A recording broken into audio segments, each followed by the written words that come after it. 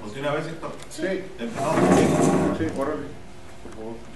Bueno, traté de hacerlo, como comentaba, un poco más sucinto, ¿no? Categoría.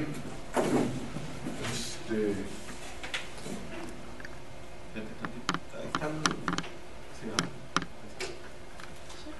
Sí.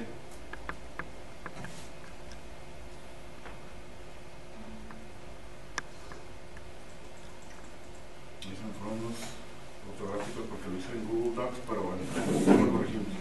El título de esta hoja sería Creación de juzgados especializados en materia hipotecaria y de arrendamientos. El problema, según como lo entendimos, y pues a reserva de que aquí se enriquezca, se cuenta con juzgados civiles que conocen de la materia mercantil y civil de manera global, es decir, incluyendo todas y cada una de sus ramas, por lo que los asuntos de índole hipotecaria y de arrendamiento tienen que guardar el turno correspondiente en cuanto a su estudio. ¿Sí? ¿Quiénes serían los involucrados? Consideramos el Consejo de la Judicatura, el Tribunal Superior de Justicia, la Secretaría General de Gobierno, la Secretaría de Planeación y Finanzas y el Congreso del Estado. Aparte, por los colegios de abogados y las instituciones de crédito, en dado caso que se llegare a considerar. El universo de atención, todo aquel sujeto de una relación de arrendamiento de bienes, inmuebles o que carga con una hipoteca, ¿no? O que cuenta con una hipoteca. ¿Tendrías alguna información para dimensionar la cantidad de casos? Yo creo que podríamos conseguirla. Sí, sin porque problema. sería mucho más Como para meterle un poco más de peso.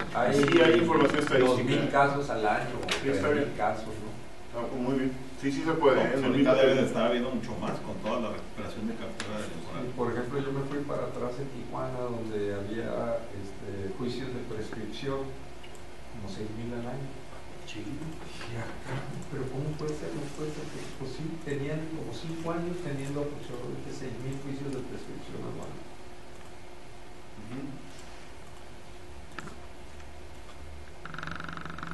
El mismo Consejo de la Judicatura creo que nos puede dar esa información. Bueno, en la prioridad, pues la consideramos. Y la otra cuestión es que le pudieras en el problema puntualizar que específicamente por todo el proceso de viviendas abandonadas es una situación crítica, que a lo mejor pudiera ser temporal la creación de juzgados, ¿no? Mientras se da la despersonalización. Así es. Okay.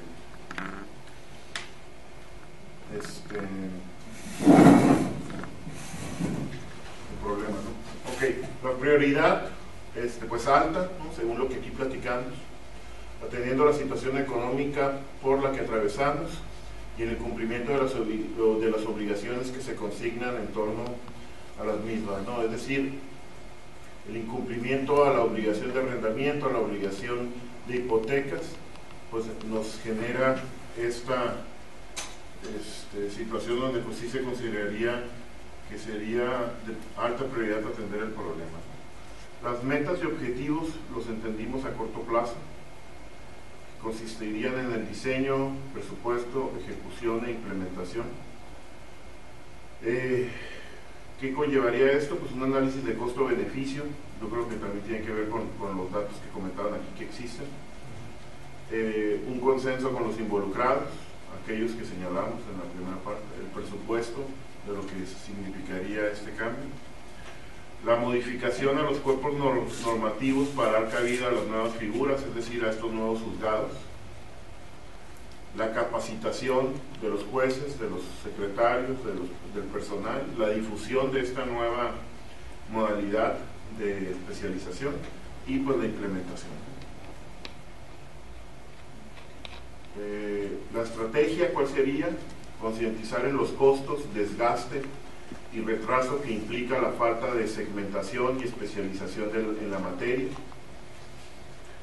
El impacto que la misma tiene en el mercado inmobiliario respecto de la oferta, demanda y rentabilidad del mismo.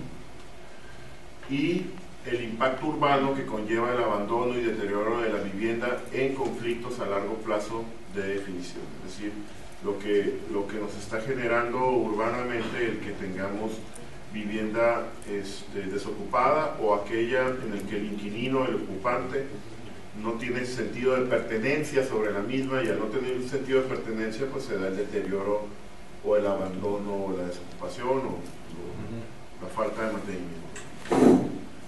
Indicadores de desempeño, consideramos pues, los plazos en la emisión de sentencias, la especialización en la materia, la certidumbre al mercado, la rentabilidad financiera de aquellos que prestan en base a esa hipoteca, ¿no? O aquellos que rentan en base al pago oportuno de una cuota de arrendamiento.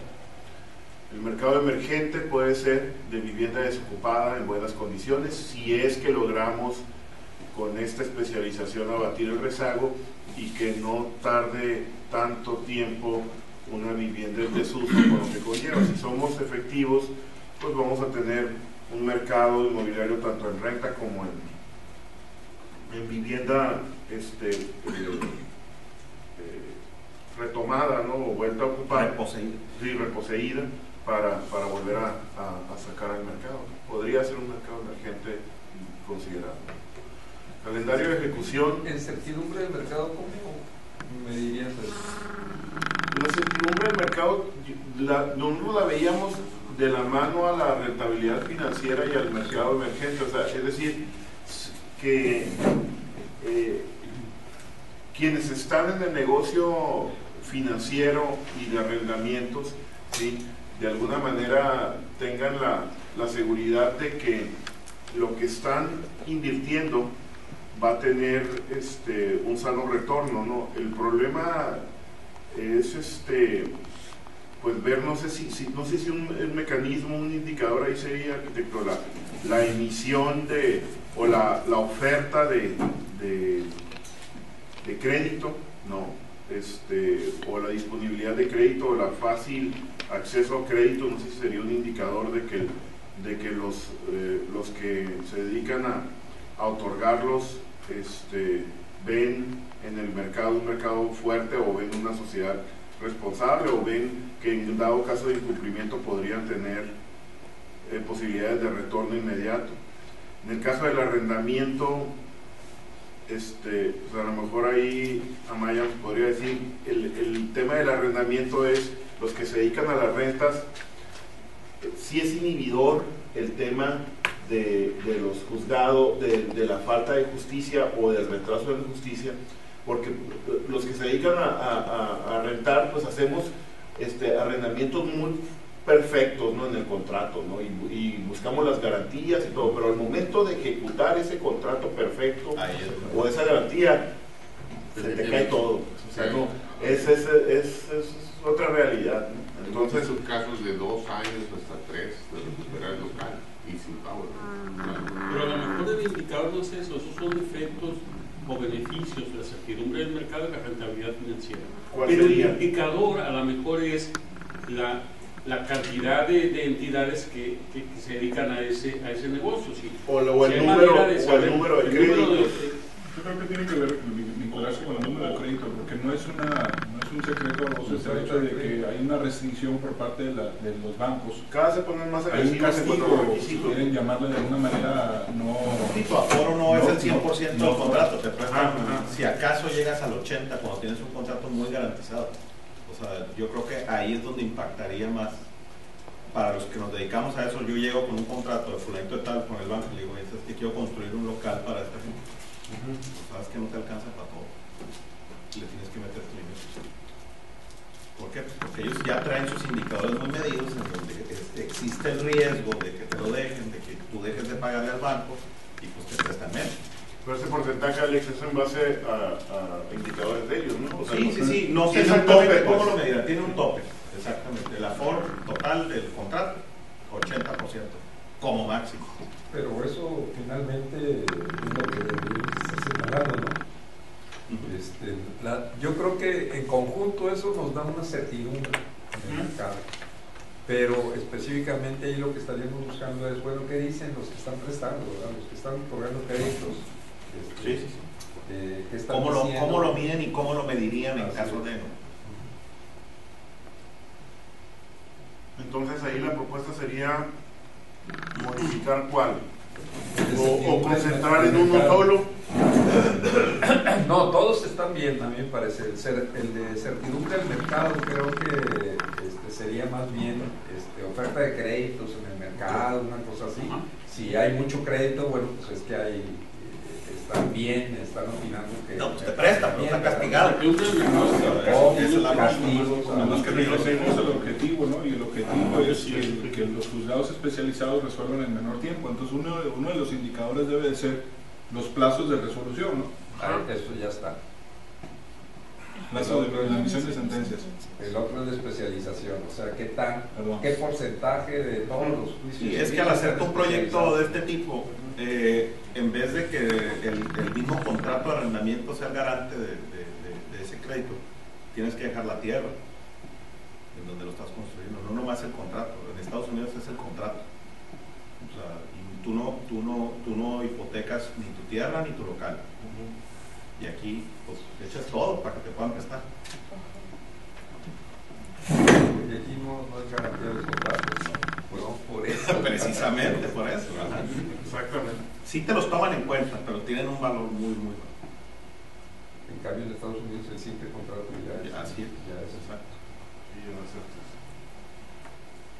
Pues eso es básicamente lo que deberíamos estar midiendo en el concepto de certidumbre del mercado, ¿no? Okay. Número, entonces lo modificamos. En los beneficios directos, pues la justicia pronta y expedita en materia hipotecaria y de arrendamiento.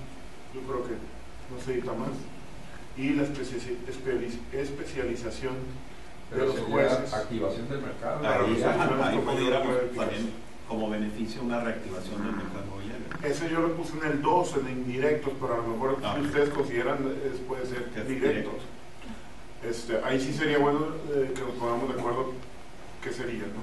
Es indirectos sería la regularización del mercado inmobiliario, calidad y condiciones de la vivienda desocupada, pero depende de que los veamos como directos y los otros y crear algunos indirectos, ¿no?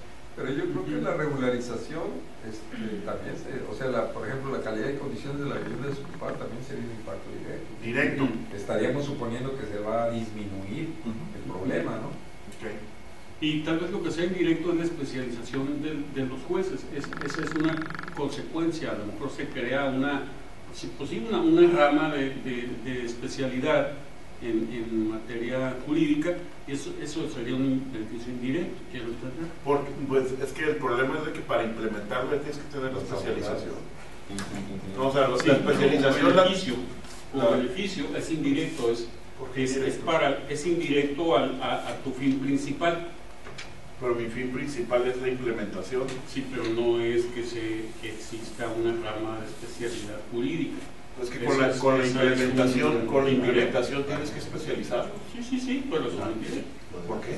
¿Directo? Porque no obedece a tu fin primordial. Sí, obedece. Directo es la creación de empleos para los abogados. No, sí obedece. No, sí obedece. Sí obedece porque para crear el organismo especializado tienes que capacitar. Si no, no hace. Es decir, el juzgado especializado en materia hipotecaria y de arrendamiento tiene que traer de la mano una especialización, si no, no se puede implementar. Pero eso no quiere decir que sea directo. ¿Por qué no? Porque entonces, ¿cuáles son los indirectos? No existirían. No, pues, pero porque pues puede haber otros. A ver. Si es la regularización del mercado inmobiliario pasa a ser directo, y la mejora de la calidad y condiciones. La regularización del mercado inmobiliario yo creo que es un indirecto. O sea, el beneficio directo es la reactivación económica del mercado en el segmento de vivienda específicamente.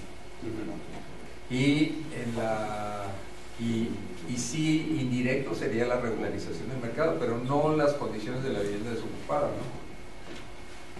Eso es directo.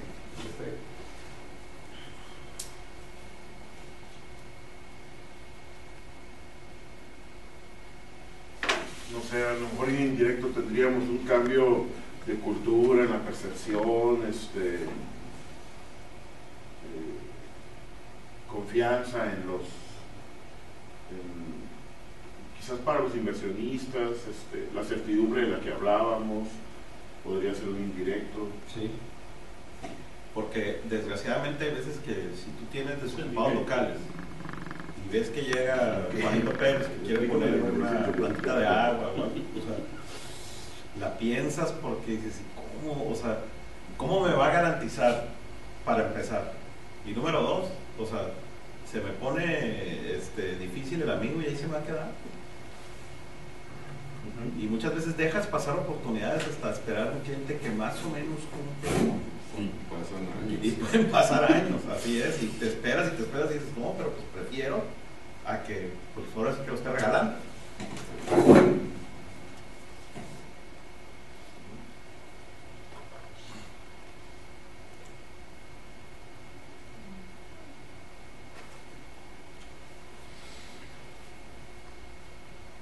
Luego la malla ya cobró su comisión, ya salió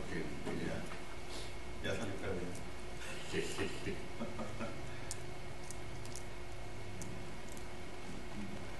Bien.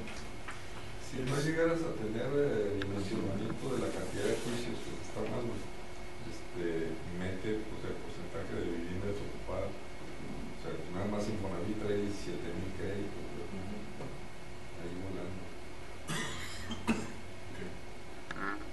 En los inconvenientes de la no acción, pues el rezago judicial, el deterioro de la vivienda desocupada o involucrada en litigio, y la incertidumbre en resoluciones de primera instancia por la falta de especialización. Es decir, lo que en este momento se está resolviendo, y por ejemplo lo que comentaba Maya en el sentido de que los litigios se van a 3, 4 años, pues tiene que ver también con que de inicio el estudio primigenio por parte de los juzgados, supuestamente con especialización, no fue tan especializado y se sigue desdoblando en una serie de litigios, ¿no? Entonces, esa sería, y quizás ahí faltaría como inconvenientes de la no acción, pues todo lo que estamos hablando y aquí coincidiendo que afecta al mercado.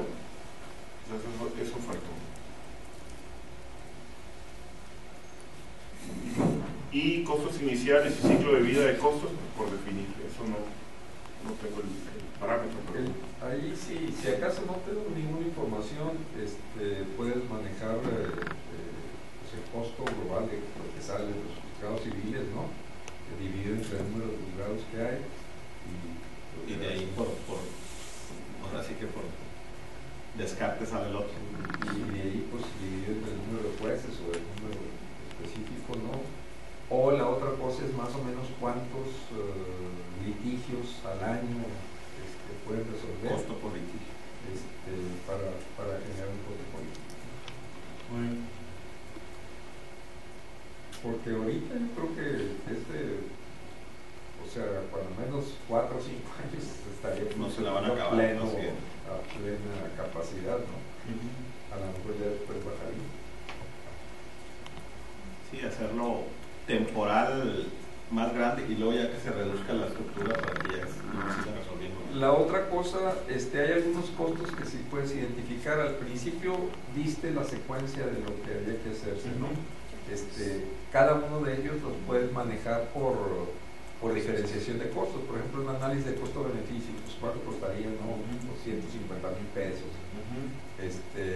Consenso de los involucrados, pues no tendría costo, ¿no? Sería simplemente hacer reuniones, sería dentro de los costos internos de las dependencias y de las gentes que estén promoviendo este Infonavit, pues mete a alguien a cuchillar y esté presionando y cosas de esas, ¿no?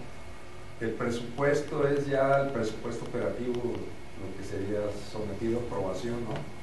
Hay que lo que costaría cada juzgado. Pero tampoco. Pero la elaboración sería de la propia judicatura, me imagino. Luego la modificación de los cuerpos normativos, si habría que meter algunos ajustes, pues eso sí tendría un costo.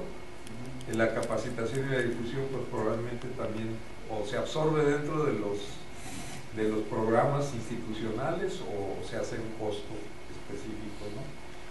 y la implementación pues es lo que nos diga el presupuesto.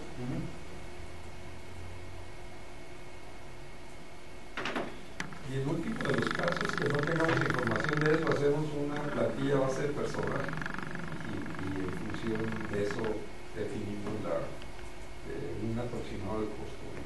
Para tenerlo.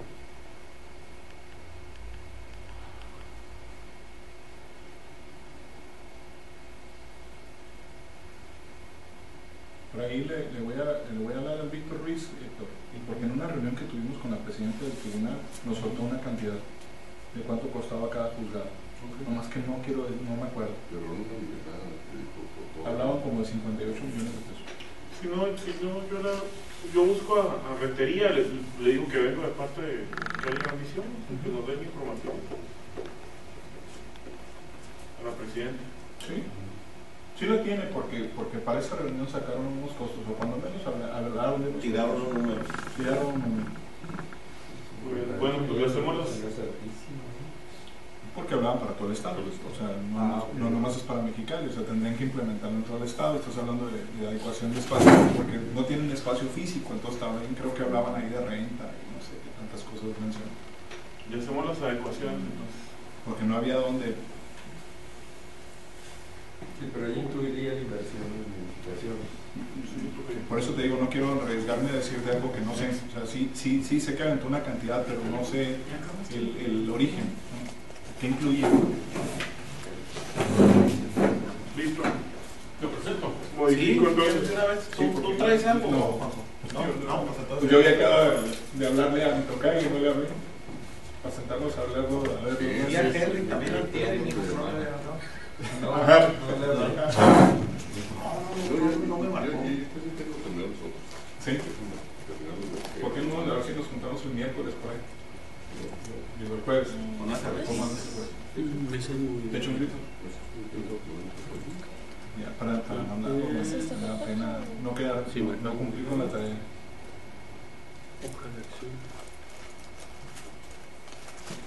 Esta sería la última sesión. Calendarizada. ¿Y qué vamos? Bueno, ahorita terminamos y luego seguimos con la lectura.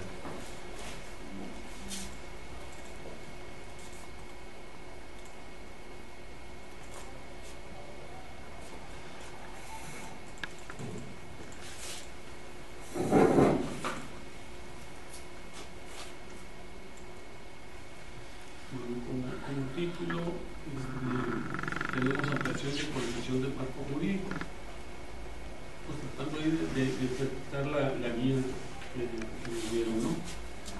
Entonces este es un título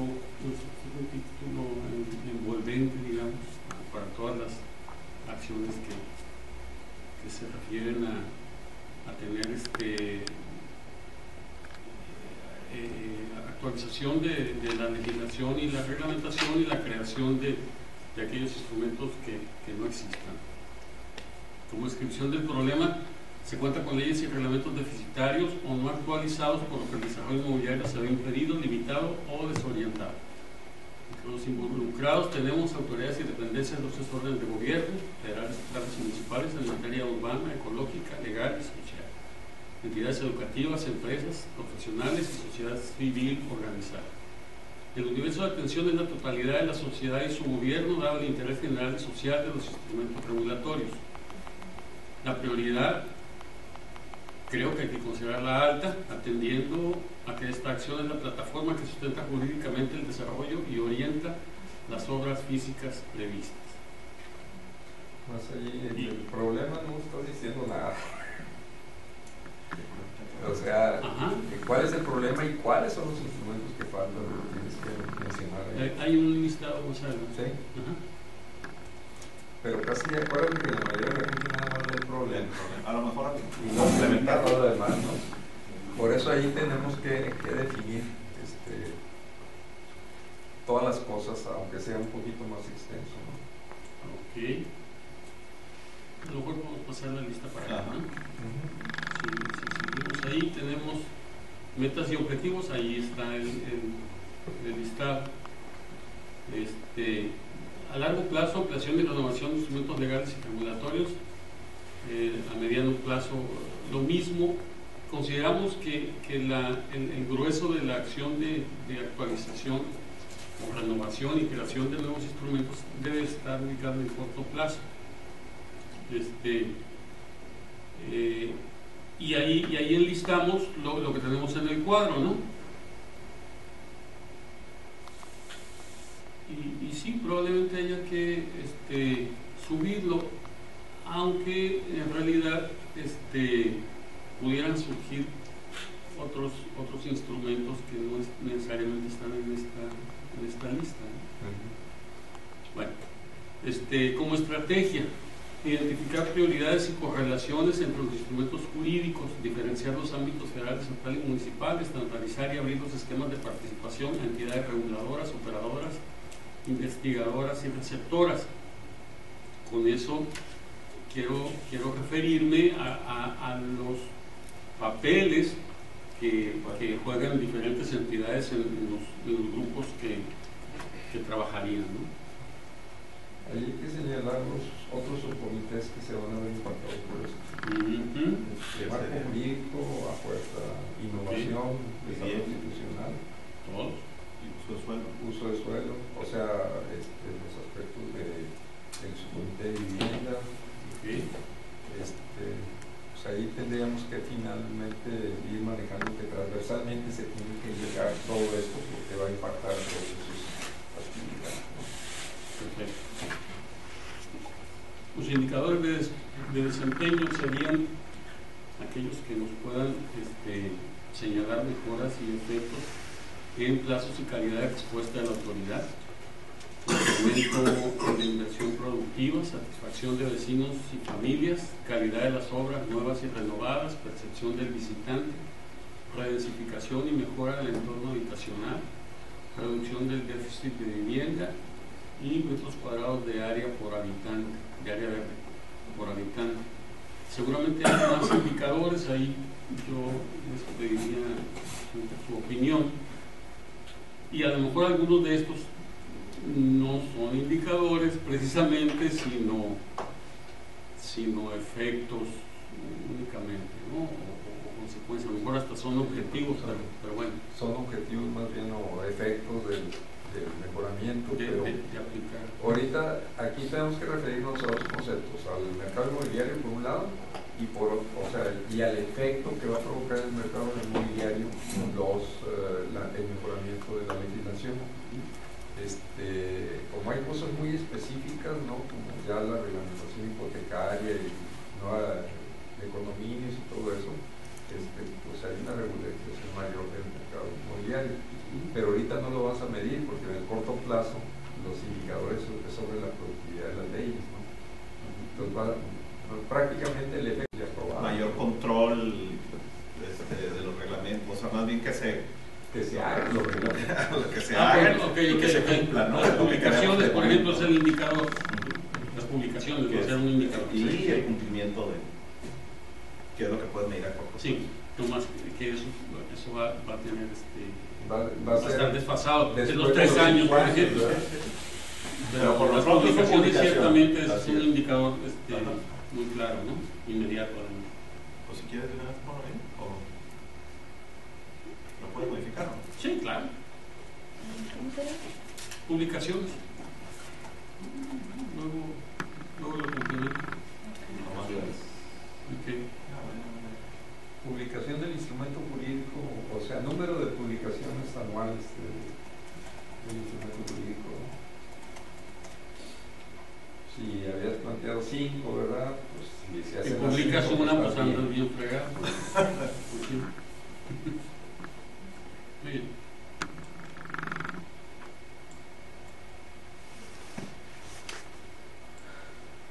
El calendario de ejecución, como les comentaba, yo creo que la creación de esta plataforma, la creación y renovación de esta plataforma tiene que ser de alta prioridad y en el calendario está ubicada en corto plazo, ¿no?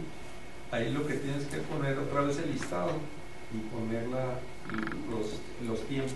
La De prioridad, los mismos, ¿cuál es todos primero? los Eso es lo que ¿Cuál es decía acá. primero, cuál es segundo, cuál es tercero y en qué año estás proponiendo que se haga? Ajá. Ahí, si quieres traer la misma lista que está ya el listado de los instrumentos jurídicos. Este. Sí. Sí, por eso, por ahí en la estrategia.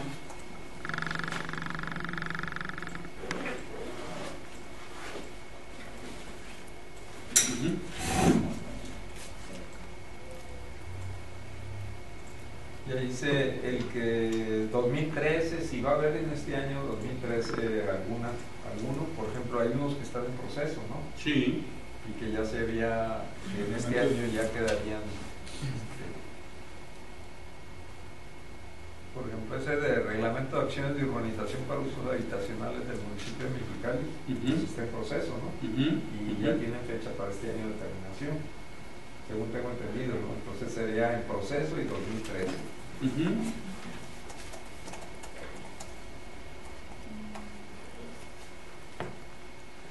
El reglamento de zonificación y uso del suelo. Como objetivo lo tienen para este año y lo mismo el reglamento de edificación. También en proceso y 2013. Y el de edificación también. ¿Eso también? Sí.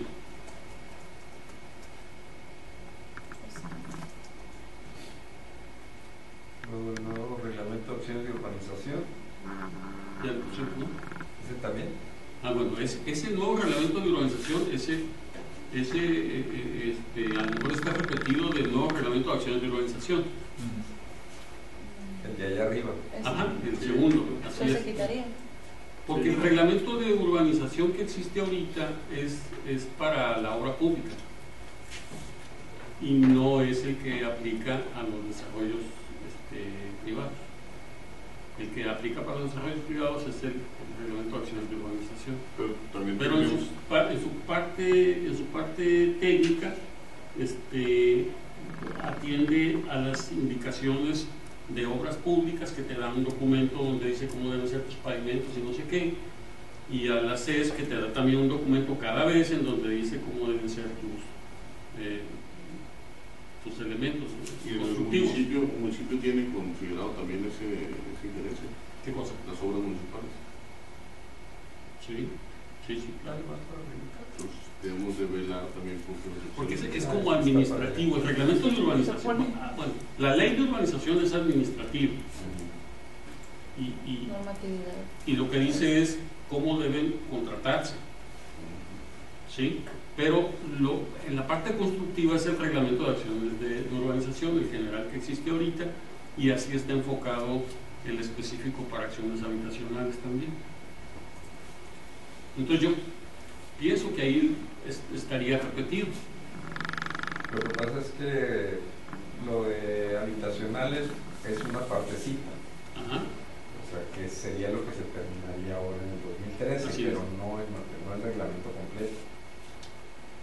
Pero completa el cuadro reglamentario. Sí, entonces lo que haríamos sería poner nuevo reglamento de acciones de urbanización y le ponemos actualmente en proceso una parte para el 2013 y el 2014 se terminaría el resto, ¿no? Es que no hay resto ya. No. En tu esquema que traías ahí, traías industriales, habitacionales y comerciales. Comerciales no están, ni está en proceso. No está ni está en proceso comerciales, no está completo. Ok. O sea, le pondría un nuevo reglamento de urbanización y entre paréntesis, actualmente en proceso para usos habitacionales. Que es el segundo que ya está mencionado. Ajá. Y ese se terminaría en el 2013. Ajá. Y para el 2014 ya sería el de usos comerciales. A lo mejor ahí tenemos que ponerle eso, ¿no? Reglamento de acciones de urbanización de usos comerciales. Sí, porque y ya ponerle nombre, ¿no? Yo creo que eso tiene que cambiar, ¿no? No se puede especializar en usos, o sea, se especializó en usos industriales porque no tenían información para hacer obras, pero no debe estar especializado, debe ser un solo reglamento y debe aplicarse para todo con sus normas específicas para cada uno. que se complementa con uso del suelo. Lo que pasa es que ahorita no hay usos del suelo. Entonces, cuando usted usos del suelo, ya no hay necesidad de especializar acá, como no habría necesidad en edificación de especializar.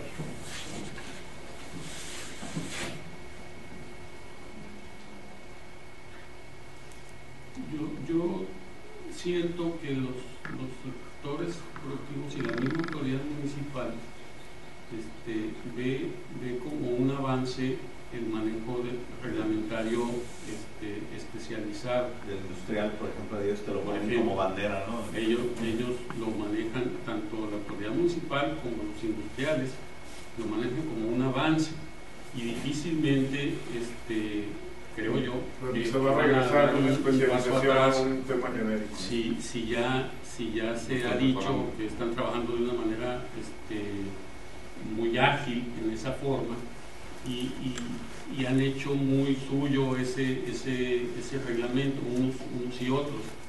Entonces, por esa línea me parece que crece la viabilidad de integrar nuestro marco jurídico, que a final de cuentas queremos que de fondo sea correcto. Te repito que hay 3 ejes específicos de regulación, que son edificación y uso del suelo, acciones de urbanización y acciones de edificación.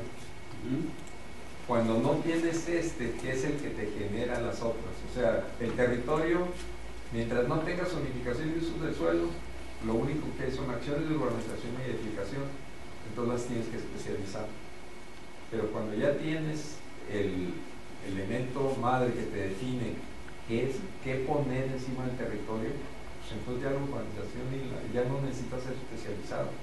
Las normas de urbanización y edificación ya las directrices las está dando su edificación, pero nunca ha existido este elemento. ¿Y qué va a pasar con lo que haya especializado actualmente? Se va a tener que reformar.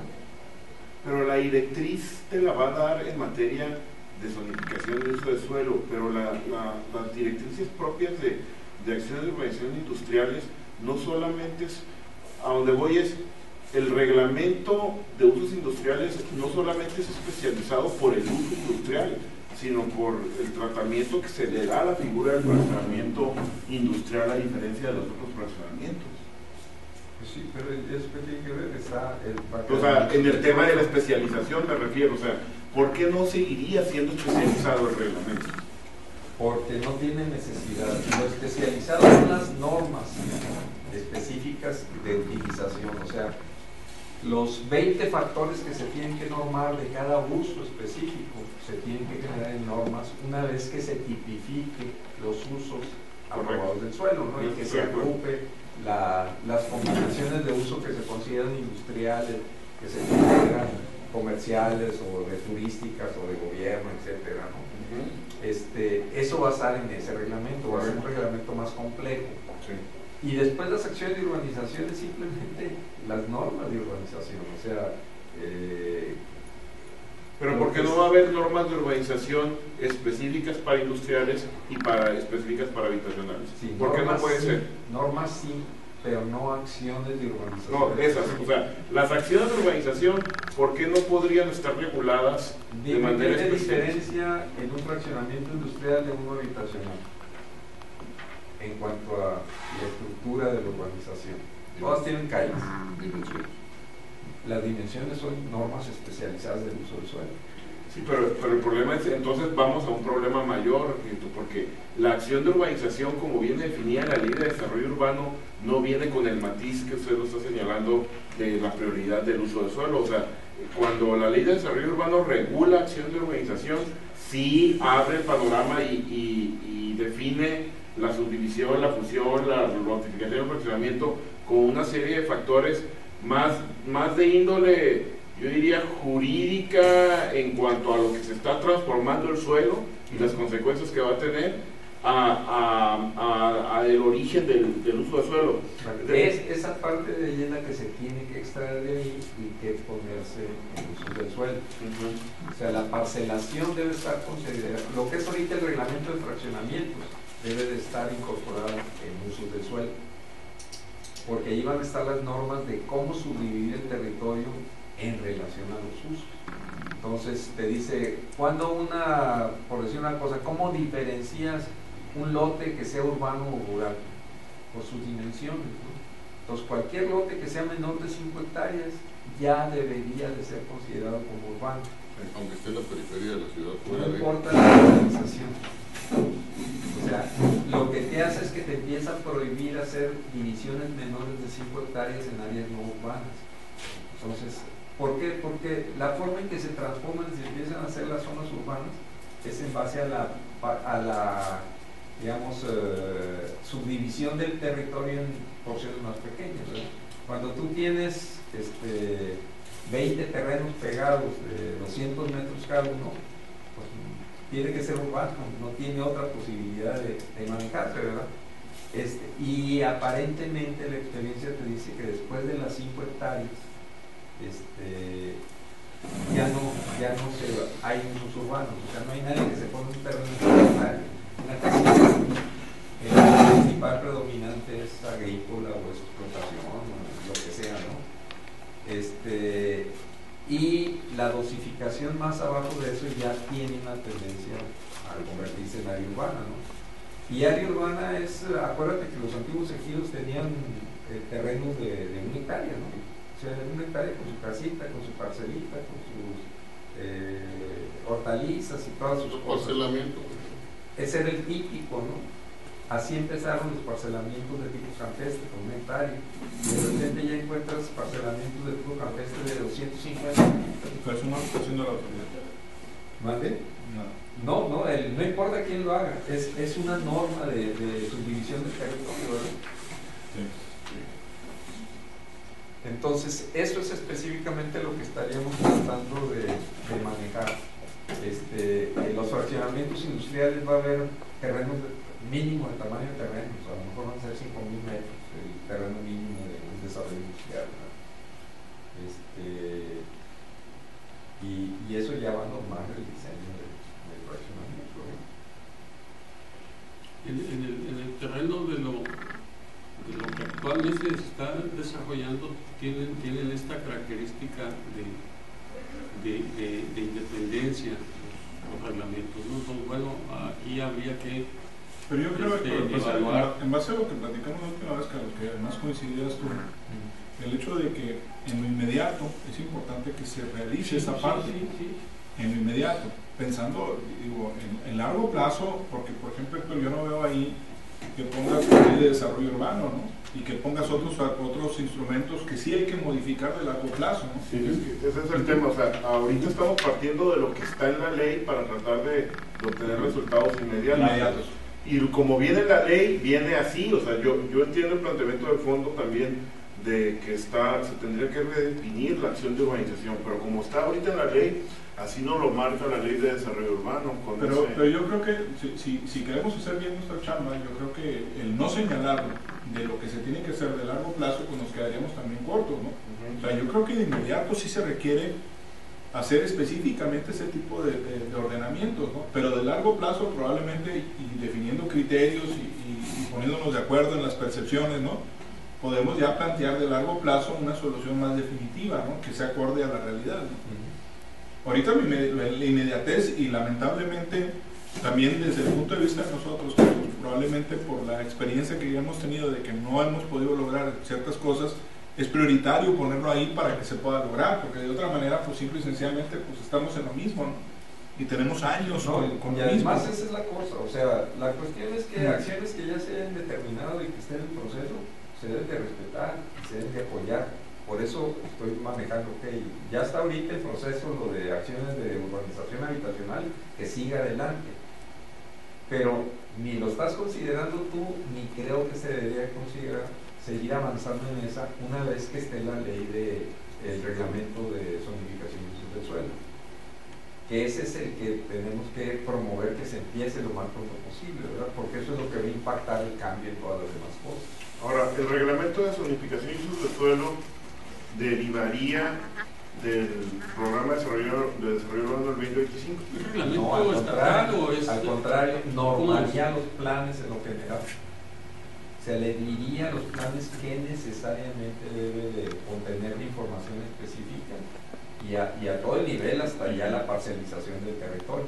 Hablando municipalmente. Entonces, ley. Pero que no los reglamentos de zonificación tienen que derivar a su vez del planteamiento de desarrollo urbano local en cada uno de los municipios. No, del plan puedes derivar un reglamento específico de fraccionamiento, de zonificación. O de uso de suelo. Sí. Pero si ya está reglamentado a nivel general, tiene que ser compatible con él. Porque eso te daría que pudieras tener planes radicalmente diferentes de una zona, que tuviera reglamentaciones diferentes, lo cual no sería apropiado. Pero fundamentalmente lo que se trata de controlar eventualmente, o sea, la finalidad última de los planes de desarrollo es llegar a controlar la parcela, o sea, el lote específico. Y los lotes específicos se caracterizan en una dimensión relacionada con el uso del suelo al que están dedicados. Por decir, ahorita con toda facilidad en los 120 metros de un lote habitacional que es un comercio. Claro, el comercio no tiene estacionamiento, no cumple con las normas de maniobrabilidad de carga y descarga y con una serie de cosas, ¿verdad? Terreno mínimo para un lote comercial son 600 metros. Ya cuando se establece eso en el reglamento, pues ya no hay para dónde, ni vas a pedir la autorización de uso del suelo comercial si no tienes los 600 metros. Pues es que en teoría no se las da la autorización, la cosa es que lo ponen así, ¿no? Pues ese es el otro problema, ¿verdad? Esos tienditas de la esquina no cambiaron. Este instrumento de sigue como habitacional. De zonificación de uso del suelo. ¿Sería una ley? ¿Sería una ley estatal? ¿O sería qué? No deberíamos estar fortaleciendo la ley. Todo eso no debería estar regulado en una nueva ley de desarrollo urbano, quizás. Lo que pasa es que hay una confusión en todas esas cosas que sería parte de las cuestiones que se tienen que manejar. Tenemos una ley general de desarrollo urbano. Luego de ahí se derivaría una ley de usos, de zonificación y usos del suelo, una ley de acciones de urbanización y una ley de edificación. Ahorita la ley de edificación sí está. El reglamento de fraccionamientos quedaría incorporado a zonificación y usos del suelo, lo que ahorita es el reglamento de fraccionamiento. A lo mejor de ahí saldría reglamento de fraccionamientos, el reglamento de integración de desarrollos, por ejemplo, que te dijeran qué elementos mínimos debe tener un área habitacional en cuanto a equipamiento urbano, en cuanto a comercio, en cuanto a cuestiones industriales, todo tipo de cosas, ¿no? Qué prohibiciones y qué compatibilidad habría entre esos elementos y qué dosificación. Sería bastante más complejo de lo que normalmente estamos acostumbrados a ver, porque ahorita la visión es de fraccionamientos de uso unitario, dices fraccionamientos habitacionales y sacan toda la están sacando todos los elementos salvo los dos aspectos que te obligan, que es áreas verdes y escuelas, ¿no? Con el equipamiento escolar. Todo lo demás lo sacan de fraccionamiento, ¿no? Y aquí lo que se está buscando es que haya un uso muy justo del suelo y que haya una dosificación apropiada. Lo que sucede ya en la realidad es cuando dejan de tener control sobre los fraccionamientos es que empiezan a aparecer los usos comerciales. La tiendita de la esquina, pero no sale de la esquina, sale en cualquier parte, ¿verdad? El que al frente de su casa pone una llantera, lo que sea, ¿verdad? Y eso no debería de ser admitido, ¿verdad?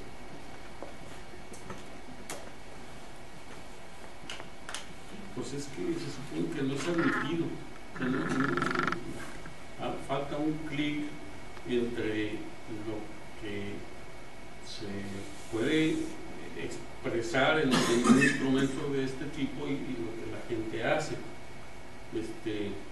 Ahorita está prohibido que hagas un comercio. Te voy a dar la diferencia. Una autorización. Te voy a dar la diferencia del reglamento de acciones de urbanización industrial con respecto a la forma en que se han generado todos los demás reglamentos. O sea, ese reglamento primero se hizo un estudio previo, se hizo un levantamiento detallado de todos los elementos industriales que existían en el municipio, ¿verdad? y a partir de ahí se generó una estructuración y una clasificación y una tipología. Esos elementos dieron como base la creación del reglamento. Pero los demás se van a lo que opinan o los estudios que han hecho en otras partes, no lo que está aquí. Entonces, cuando tú dices, oye, vamos a dejar que en una casa se abra un tendajito frente a la casa de 5 metros cuadrados, sí o no. O sea, se tiene que empezar a consensar. ¿Por qué? Porque si tú revisas en toda la ciudad, hay muchas situaciones que se están repitiendo. Entonces, una situación que es consuetudinaria debe de someterse a un consenso específico. ¿Lo vamos a dejar o no lo vamos a dejar? ¿Cuál es el impacto que está haciendo ese tipo de acción que ya se generalizó? Me voy al otro caso, al de las iglesias. Las iglesias tradicionales tienen un atrio que te sirve para la expansión de la gente, para las festividades y para una serie de cosas. Ahorita toda la gente llega en carro a las iglesias, no tienen estacionamiento. Si quisieras ahorita aplicar el reglamento así estricto, ninguna pasa. Entonces, oye, ¿qué onda? A lo mejor lo que está pasando es que no necesariamente las iglesias tengan que tener estacionamientos, sino que se utilicen combinada con otros equipamientos que sí lo requieran. Entonces, de esa manera no haces tampoco planchas de concreto abiertas para que estén todas las semanas ocupadas, ¿verdad? Y el fin de semana es cuando se van a ocupar, que es cuando hay normalmente servicios religiosos. Entonces, ese tipo de cosas se tienen que hacer en función de cómo se realiza y cuál es el impacto. Depende de estudios específicos que no se están haciendo. Entonces, la generación de reglamentos pues es más o menos a lo que se les ocurra, no a lo que está sucediendo en nuestra realidad. Y eso entonces, creo yo ese ejemplo es competencia del reglamento de zonificación y uso de suelo, que se visualiza a nivel estatal. Así es. Como que lo frenar, yo creo que es más cuento. Como normatividad estatal. Sí, por ejemplo, si tú ves ahorita lo que tiene de usos del suelo el reglamento de edificación, pues son usos del suelo muy limitados. O sea, vivienda, nada más tiene 2 tipos de vivienda: vivienda unifamiliar y vivienda multifamiliar. Comercio, nomás dice comercio. Industria, nomás dice industria. No, creo que dice industria pesada. Pero no define que es una de otras, ¿no? Ni hay la caracterización del impacto que hay por cada clasificación. Y luego viene equipamiento, y de equipamiento trae un chorro de escuelas, con azupos y no sé qué tantas cosas, ¿no? Finalmente eso viene de un proceso tradicional del catastro que define 60 usos del suelo, pero de los cuales en 11 usos está el 90% de los usos, y en los otros 50 usos, 49 usos, está nada más el 10% de los usos. Entonces, caray, pues como que no está correcto, ¿no? Entonces, de ahí vino la propuesta de utilizar los usos específicos que tiene el sistema de catálogo de actividades productivas que tiene el INEC. Ese tiene aproximadamente como 1.700 usos diferenciados, todos definidos, todos caracterizados, pero lo que no se ha hecho es ligarlo eso con respecto a una notificación, o sea, dónde se puede manejar este lote. Y de ahí te empieza un poquito a manejar cómo incrementas la productividad cuando haces conjuntos de elementos, o sea, en donde aprovechas las diferencias de uso de cada uno de esos elementos y optimizas la propuesta de estacionamiento. Y los haces complementarios. Así es. Pero ahorita no hay el concepto de uso unitario. Se hace un centro comercial y lo único que hacen en el centro comercial pues es comercio, ¿verdad? No empiezan a complementar con otro tipo de cosas, como por ejemplo pudiera ser iglesia o otro tipo de cosas, ¿no?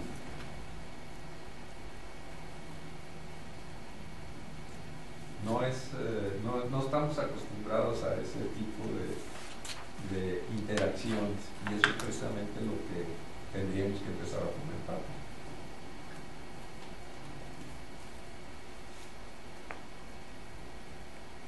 En el reglamento de zonificación a nivel de normatividad, sin hacer ubicación geográfica, digamos. Sí, así, claro. La aplicación de los reglamentos de fraccionamientos, conjuntados o no, eso nos lleva a la ubicación a la distribución geográfica de los usos. No, sería la zonificación. El de zonificación, sí. En eso va y topa. O sea, nomás dime, que te expliquen del límite, ¿qué quiere decir el sector J? O sea, ¿qué características tiene el sector J? No te van a dar ninguna característica. ¿Por qué se delimitó ahí? Pues a alguien se le ocurrió manejarlo, pero no hay una estructura base que te diga que así debe ser la zonificación. Cuando tú revisas los diferentes elementos de zonificación, ves que no hay ninguna concordancia entre usos de suelo, entre densidades específicas de cada uno de los elementos, densidades y actividades productivas. Y cuando tú empiezas a zonificar todo ese tipo de cosas, ves, por ejemplo, a lo largo de las vialidades hay un proceso de concentración de actividades productivas, y que la tendencia, si es que había actividades de tipo habitacional, las fue expulsando. Entonces, lo que te está provocando que los ejes comerciales se conviertan en los atractores de la actividad comercial, pero son lineales. Entonces, si tú ves por ejemplo, yo mapeé todo el DNU te registra todas las actividades productivas que hay en el municipio, y las ves, y todas están a lo largo de todos los ejes de actividades de carreteros, ¿no? O de calles principales, ¿no? Corredores comerciales, se llama. Pues sí, nomás que ya el corredor comercial más grande que tenemos es el que empieza en la Progreso, se va por la Lázaro Cárdenas y termina en San Luis Río Colorado. Así está. O sea, si ves la densificación de puntos, ¿verdad? Pues así va, es un solo corredor comercial, lo cual es totalmente ineficiente. Y el otro problema es que están usando los derechos de vía y están obstaculizando la vialidad para su funcionalidad de la vialidad, ¿no? Entonces, ¿qué es lo que está haciendo? Bueno, cuando taparon ya la comunicabilidad y ya se hace muy difícil transitar, hacen un libramiento. Entonces, ahorita hicieron el Cuernavaca. Normalmente antes los libramientos eran gratuitos y pues todo el mundo los utilizaba, y eso volvió a crear otro corredor comercial, ¿no?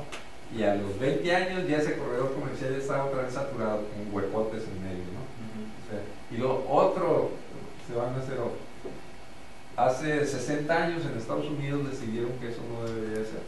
Entonces hicieron el sistema interestatal hay un desarrollo económico de la ciudad, pero tiene las condiciones para transitar libremente sin que se interfiera a la ciudad y esto. Y es a lo que vamos a tener que llegar aquí. Pero imagínate que ahorita les metan a la Lázaro Cárdenas que le hagan freeway, pues todos los negocios que están a lo largo de la Lázaro Cárdenas ya se fregó. Sí, porque no hay espacio y para la laterales, tendencia ¿no? es a eso, de que la Lázaro Cárdenas se va a hacer freeway. Ve el caso de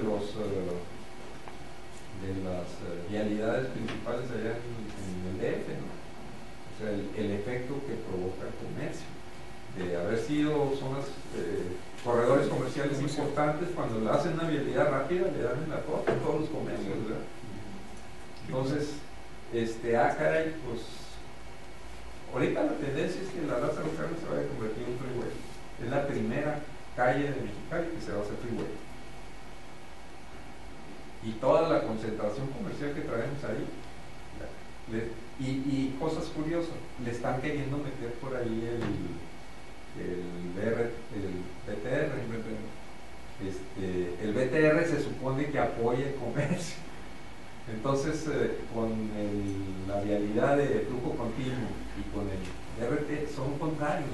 Pero lo quieren hacer como laterales, ¿no?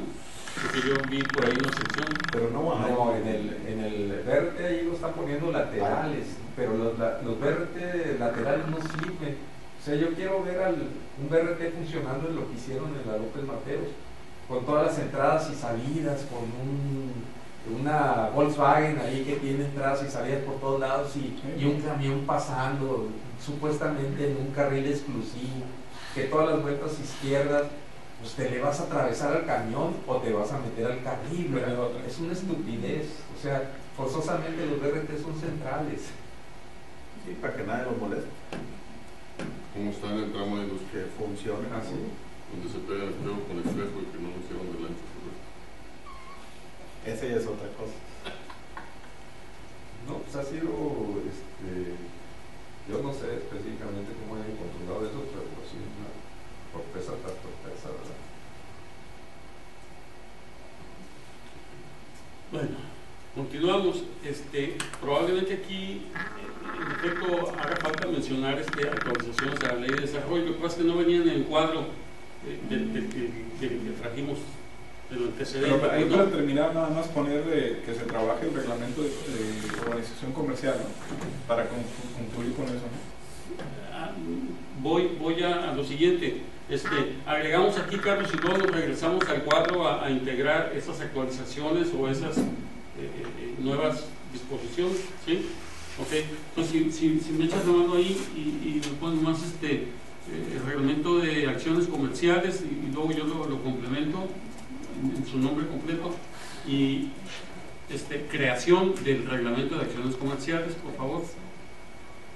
Lo que pasa es que yo creo que una de las partes que debe hacer es de hacer un solo reglamento, no separarlo. Lo único que va a hacer es que al principio vas a decir esto se compone de 3, ¿okay? Mientras no esté el reglamento de secciones, ajá.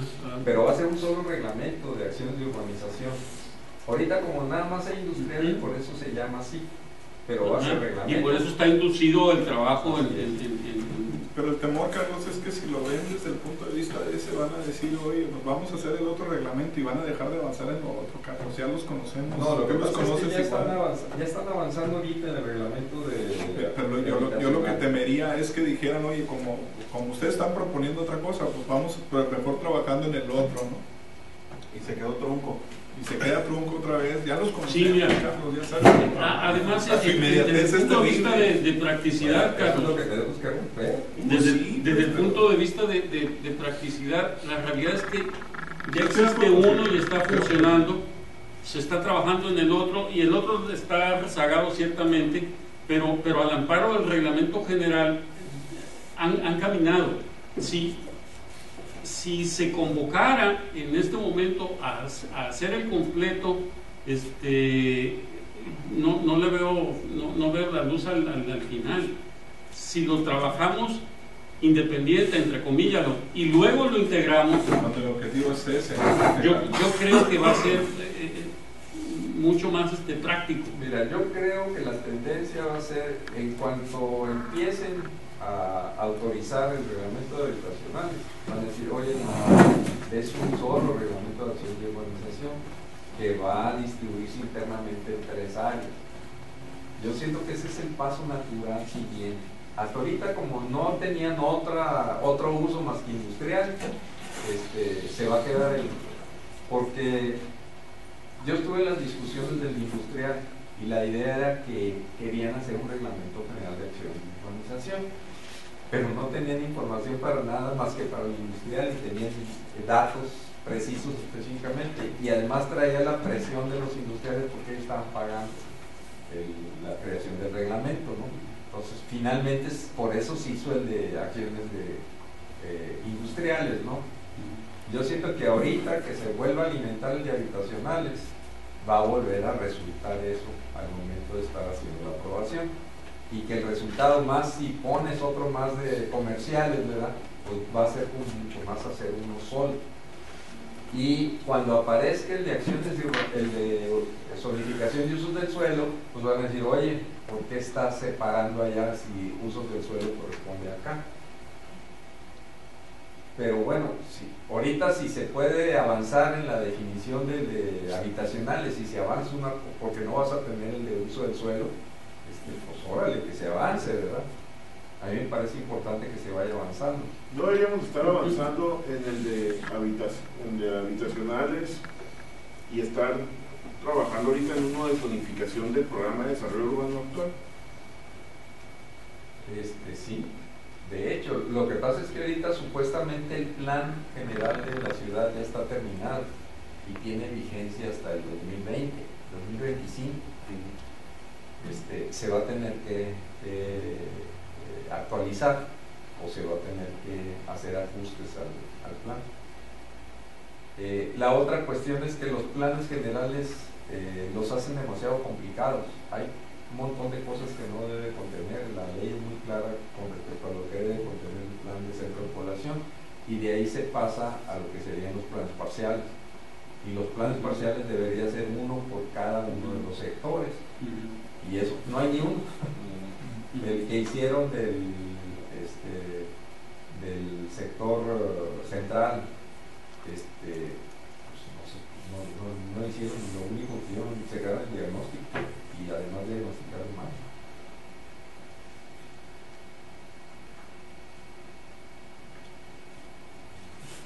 Vamos a las 10, ¿qué hacemos? Ok.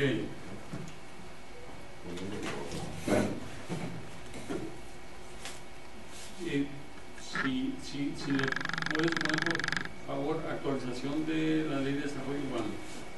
Acá arriba. Ahí en cualquier, es otro punto. Ah. Los que no han venido, ¿no? Sí, no he hecho nada. Entonces tampoco, porque aquí estamos con la intención. ¿De la ley? Yo también presenté algo, pero nada. ¿De desarrollo urbano? Por varios, Desarrollo urbano.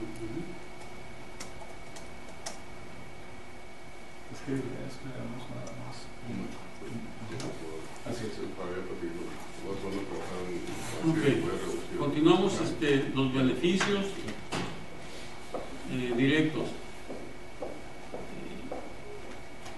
Todos contaremos con referentes y parámetros conocidos y ciertos que nos permitan una mejor planeación y ejecución de determinaciones, proyectos y obras. Y como beneficio indirecto, está muy deficitaria, yo creo, ese párrafo, Carlos. Ahí seguramente tienes mejor idea que yo ahí. Indirectos. El consenso de los sectores participantes es el punto de partida necesario para la realización de mejoras más estructuradas y oportunas acciones. Esfuerzos mejor orientados generarán un mayor progreso, impactando positivamente en empleos, calidad de vida y economía, contribuyendo a una mejor conciencia cívica y a la mejor participación ciudadana y, en general, haciendo posible un desarrollo sustentable en que los impactos sociales, económicos y ambientales resulten favorables. Está largo el choro y a lo mejor no está puntualizado, debería estar como puntualizado y para mayor claridad, ¿no? Pero está muy poco inspirado, yo creo. Oye, aquí, ese indirecto está bueno por ponerlo a todos. Lo que pasa es que en este caso, normalmente cuando hablamos de beneficio tendemos a generalizarlo y debemos de puntualizarla con respecto a los instrumentos que estamos manejando, ¿verdad? Y es la única. Cuando lo haces así, dices, bueno, ¿qué voy a ganar por tener el reglamento de acción de urbanización? Pues esto y esto. ¿Qué voy a ganar por tener el reglamento de zonificación y uso del suelo? Esto y esto. ¿Qué voy a ganar? Y algunas cosas van a ser coincidentes, bueno, pues ya las fusionan, las manejan. Pero tiene que ser así, ¿no? Si no nos volvemos un poquito, ¿qué va a pasar con esto? Si tratamos de globalizarlo, hay que puntualizarlo y separarlo, ¿no? Y después juntarlos otra vez. Sí, pues es que ahí me salió la academia.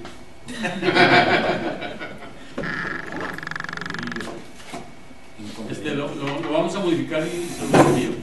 Los inconvenientes de la no acción, ahí sí puntualicé. Vamos a continuar con un crecimiento errático y poco eficiente. Vamos a continuar teniendo incertidumbre respecto a lograr acuerdos que propicien las acciones, crecimiento limitado e inconsistente, por deficiente o nulo esclarecimiento de las temáticas urbanas, descoordinación y pugna entre los sectores relativos o involucrados, digamos, ¿no? Competencia.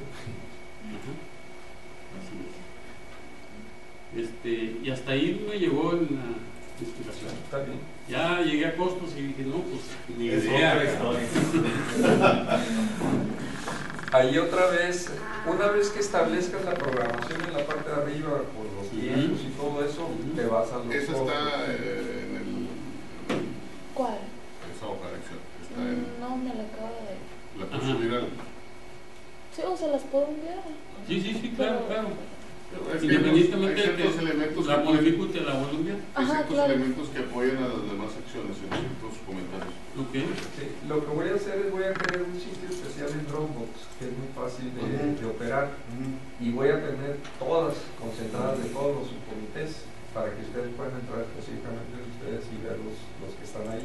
La idea es que estemos trabajando ahí directamente. La ventaja de Dropbox es que se les va, una vez que instalen el programita, se les va a poner en sus directorios, en sus subdirectorios, va a aparecer ahí Dropbox y entras directamente y pueden estar llamando, por ejemplo, el archivo, grabándolo ahí mismo para que Tiempo no real. vean números. Y la única cosa es que les pediría es que pusieran el control de cambios. Entonces, con el control de cambios, cada quien va a individualizar con un color las propuestas de modificación que se hagan. Entonces, eso ya lo estoy preparando ahorita y se lo voy a empezar a generalizar.